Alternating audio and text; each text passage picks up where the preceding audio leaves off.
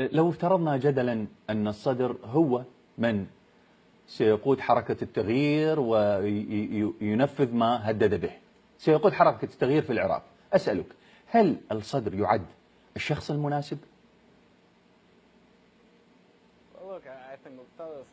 مقتدى الصدر شخصية مدهشة في السياسة العراقية، وقد كان صانع ملوك، ولا أعتقد أنه يريد أن يكون في أعلى السلم السياسي أو أن يحكم بطريقة جادة، ولكن أعتقد أنه يريد من حركته ومن داعميه أن يكونوا القطعة الأساسية التي تحتاجها الأحزاب الأخرى، وهذا شيء من المهم الإقرار به. أتباعه موجودون في المناطق الشيعية الفقيرة، والتحالفات الأخرى لم تستطع أن تستفيد منه. طيب.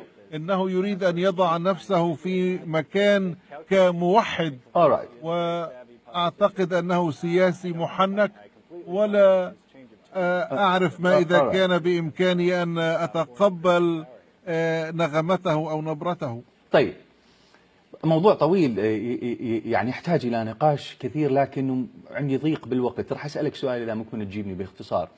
في حال اقتحم الصدر المنطقة الخضراء وفعل كما هدد، شلع وقلع، أي قلع كل الطاقم السياسي الموجود والمتهم بالفساد، هل وأنت مراقب أمريكي تنظر للعراق، هل تجد في العراق طاقما نزيها ومهنيا وجاهز يحل على الفور محله؟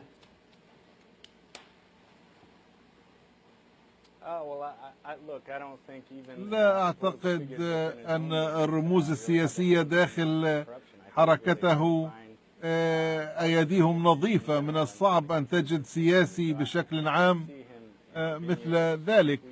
لا أرى أنه يود أن يحل حكومة محل هذه الموجودة، أو أن يبدأ حربا أهلية داخل الأجنحة السياسية.